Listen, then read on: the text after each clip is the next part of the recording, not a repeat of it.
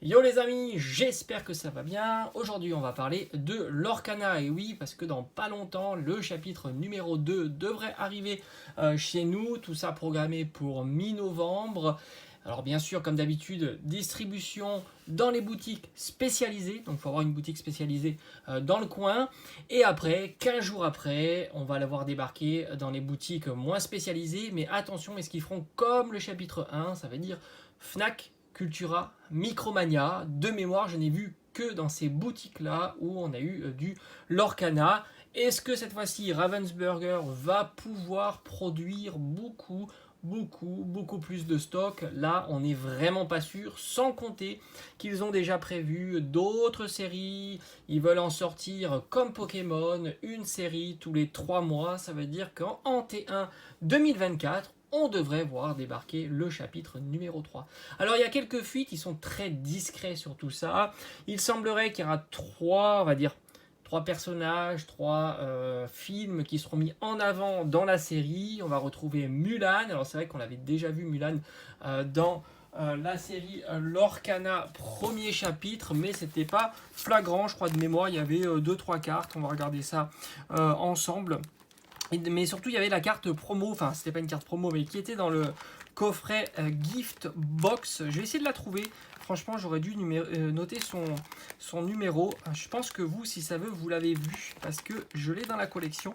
Et d'ailleurs, si tu remarques bien, je me suis procuré 2 cartes qui me manquaient tout simplement dans la collection. Donc Mulan devrait faire son apparition, mais cette fois-ci bien plus présente. Et ça, c'est plutôt cool. On va certainement l'avoir débarqué en version légendaire et pourquoi pas en version secrète, ça pourrait être très sympa. On va voir aussi débarquer l'univers de Winnie l'ourson. Bon, moi ça me hype moins, on va dire. Je suis sûr que vous l'avez vu, je suis sûr que vous l'avez vu, vous êtes là, mais c'est pas possible. Il tourne les pages et il voit rien. En effet, je vois absolument rien, mais c'est pas grave, je vais pas cutter. Et puis si vous l'avez vu, c'est plutôt très bien. Surtout que je sais qu'il y a une autre carte de Mulan qui est, je crois, une carte action, si je dis pas de bêtises. Je pense qu'il y a une carte aussi action. Elle est là, magnifique, voilà, réflexion. Ici, donc c'est pas celle-ci que je voulais parler, mais voilà, on a vu Mulan, mais c'est très discret. Et il y a la carte évidemment qui est dans la gift box, mais si ça veut, je vais feuilleter, etc. On se reconnecte. Donc on est à Winnie l'ourson aussi. Donc l'univers Winnie l'ourson, bien qu'on avait vu déjà dans le chapitre 1 l'univers Winnie l'ourson, parce qu'il y a la carte Tigrou aussi, elle est ici. Cette fois-ci, j'ai plus de chance, je la trouve plus facilement. D'ailleurs, je la joue dans mon deck, voilà, tout simplement, parce que je la trouve plutôt intéressante, même si elle coûte très cher, elle a insaisissable, et franchement, ah ben elle est là, Mulan. Ah, décidément, c'était quasiment tout sur la même page. Et on avait ici magnifique Mulan sur son cheval. Donc c'est vrai que Tigrou faisait une apparition discrète du dessin animé Winnie l'ourson. Et en oreille, franchement, là je suis super content. On a Raya. Donc l'univers de Raya, j'espère qu'il y aura Sisu évidemment. C'est un super dessin animé, moi, je me suis régalé à regarder ce dessin animé là, et franchement voir débarquer l'univers de Raya, j'espère qu'ils vont nous mettre pas mal de protagonistes, ça pourrait être vraiment très bien, et j'espère qu'elle sera aussi présente en, on va dire, secrète, légendaire, etc. Sans compter que, est-ce qu'ils vont abandonner Elsa ou pas, ou ils vont se mettre quand même 2-3 cartes de Elsa, parce qu'on sait très bien qu'en ce moment c'est ce qui porte la série Lorcana. Donc ça c'est pour un petit peu les news du chapitre numéro 2, donc il y a quelques petites informations qui commencent à fuiter. Franchement, pour le chapitre 2, c'est vrai qu'on ne sait pas trop quoi s'attendre sur tout ce qui est disponibilité, stock, reprint, etc. Donc là, chapitre numéro 2, faut faire comme le chapitre numéro 1, précommander, mais alors vraiment précommander. Il y a énormément de sites qui vont commencer à mettre en place les précommandes, à savoir souvent un mois à l'avance, donc durant le courant octobre, il faudra précommander. Je pense qu'il y aura quand même pas mal de stock, mais force est de constater qu'il y a une accélération sur cette série-là. Quelques jours avant la sortie je crois que c'était 2 septembre, ça s'est énormément accéléré, emballé, ce qui fait que Day One, c'était juste une catastrophe. Je me souviens, j'ai une petite anecdote à vous raconter. J'étais chez King Jouet et je me posais la question de savoir si eux, ils allaient ou pas avoir du Lorcana. Ils m'ont dit ils auront du Lorcana mais que en 2024. Alors, je sais pas pourquoi ils m'ont dit ça, et la personne était devant moi et se demandait elle posait la question. Et la personne dit, parce que j'ai envie de revendre les displays. Il ne connaissait absolument pas le jeu de cartes, il avait juste vu pardon, sur internet que bah, voilà, les displays valaient très très cher, etc. Donc il recherchait la display. Voilà. Il recherchait que la display. Et moi, naïvement, je lui avais dit, bah, parce qu'au début, je savais pas que c'était pour de la revente, je lui ai dit, non, mais les boosters, on peut les trouver sans trop difficulté, avec un petit peu de stock, chez Cultura. Il m'a dit, ah non, moi je veux la display, c'est pour les revendre, etc. Ok, bon, bah, je me suis dit, ok, fais comme tu veux. Voilà, petite parenthèse, c'est tout. Alors, on va parler aussi de une grosse hype hein, autour de l'Orcana. Je suis assez surpris même par rapport au prix. Les prix sont juste astronomiques. Pourtant, on était habitué, hein, moi qui collectionne les cartes Pokémon, on a vu les cartes Pokémon sur la hype, etc. Et c'est vrai qu'on était habitué de voir des cartes très très chères. Mais là, on est vraiment au-dessus de Pokémon, puisque des cartes même comme celle-ci, les cartes rares, des petites cartes rares qui sont pas compliquées à avoir. Bon, évidemment, en ce moment, c'est compliqué puisqu'on ne peut pas ouvrir. Mais en règle générale, sur une display, tu as pas mal de cartes rares puisque tu en as au minimum 2 par booster. Enfin, la rareté minimum, c'est la carte rare. Et même des cartes comme ça qui coûtent au moins une dizaine d'euros, ce qui est assez énorme parce que quand tu regardes des cartes Pokémon, une carte à 10 euros, ça commence à être une carte qui drop assez peu. Hein, c'est des full art, des choses comme ça. Là, on est vraiment sur des cartes qui sont très très chères, comme les super rares qui sont pas si rares que ça non plus, puisque c'est la rareté qui est juste au-dessus de la rare. Ce sont des cartes qui vaut là aussi plus d'une dizaine d'euros. Alors évidemment, elles sont pas toutes à mettre dans le même panier. Les cartes jouées sont plus chères, les cartes qui ont des bonnes compétences sont plus chères que les autres. D'ailleurs, on peut s'attendre que plus les chapitres vont arriver, moins les cartes, enfin plus il y aura de cartes jouées, et par conséquent, ces cartes-là risqueront de baisser.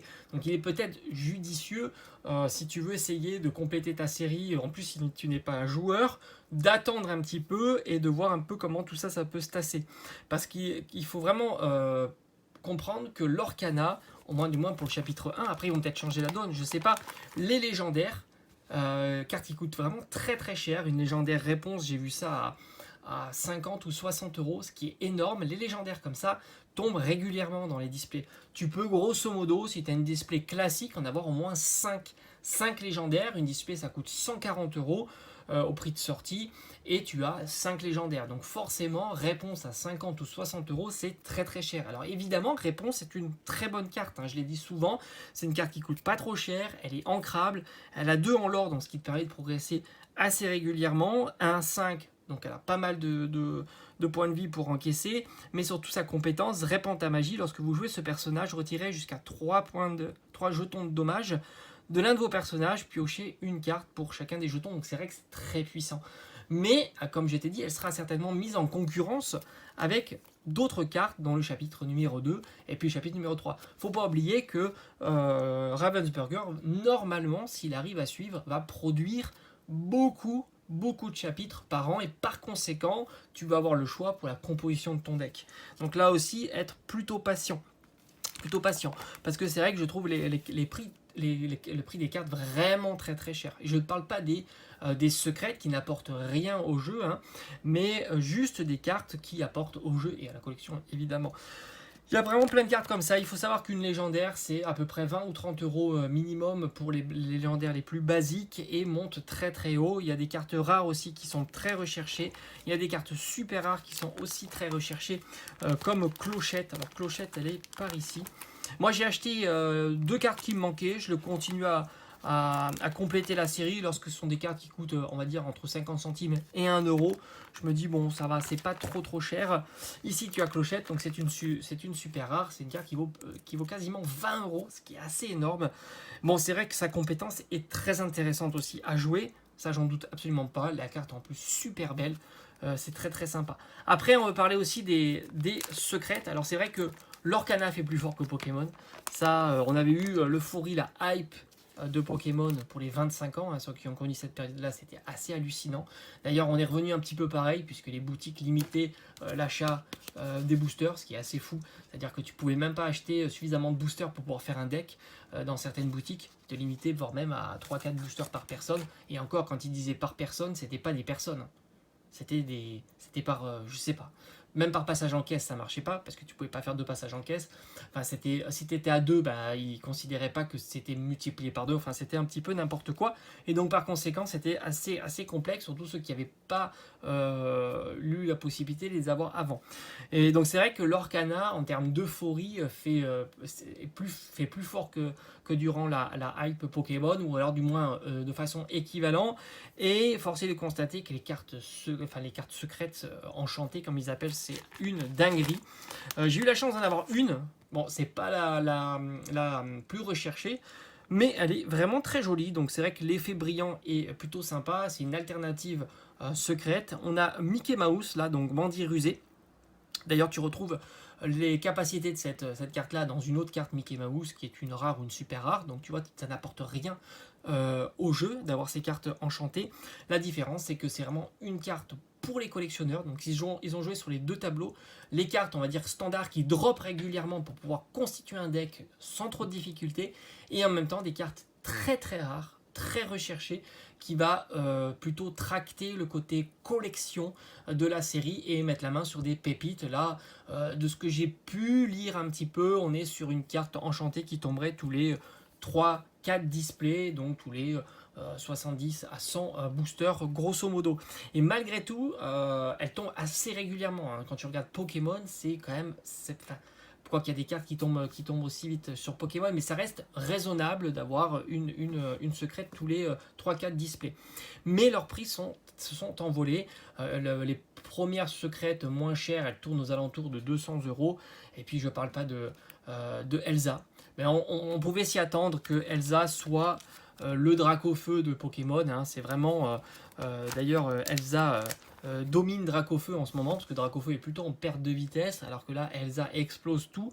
Il faut savoir que la carte Elsa secrète, donc c'est la plus recherchée, elle part très très vite en plus. Il y a vraiment de la demande sur cette carte là. Tu t'aperçois que quand il y a une offre à 600 ou 700 €, elle part quasiment dans la journée, voire même dans l'après-midi. C'est assez fou, et c'est la carte de la série, et je pense que ça sera le personnage de l'Orcana, tant elle est recherchée. Même si Réponse en tant que légendaire arrive à être à peu près au même niveau, parce que Réponse est peut-être plus intéressante à jouer que Elsa.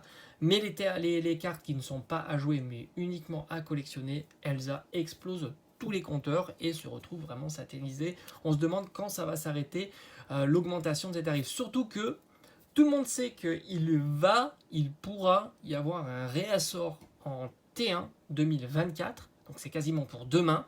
Et malgré ça, l'euphorie sur l'Orcana continue, les ventes s'accélèrent, les prix continuent à grimper, et c'est assez fou. Je ne vous ai même pas parlé des cartes foil, parce que là aussi, les légendaires foil coûtent excessivement cher. C'est plusieurs centaines d'euros, enfin non, c'est au moins une centaine d'euros pour certaines, ce qui est vraiment très très cher. À voir, franchement, je suis assez surpris de cette série-là, puisque l'engouement a pris d'un coup, et c'est pas arrêté malgré le signal du fait qu'il y aurait un réassort. Mais alors évidemment, on ne sait pas quelles sont les quantités, est-ce qu'il y aura du stock ou pas, est-ce qu'il faudra se précipiter en boutique, est-ce que ça sera dans les boutiques spécialités, est-ce qu'il y aura des précommandes sur les réassorts, wait and see comme on dit. Et moi, donc il me manque le 2 légendaires que évidemment je vais pas acheter à 50 ou 60 €. Malheureusement, il me manque Elsa. Si ça baisse, tant mieux, ça me permettra de compléter. Sinon, je passerai au chapitre numéro 2, et ça, je ne manquerai pas de vous proposer les actualités et de faire des précommandes. Allez, je vous dis à bientôt sur la chaîne. Ciao, ciao.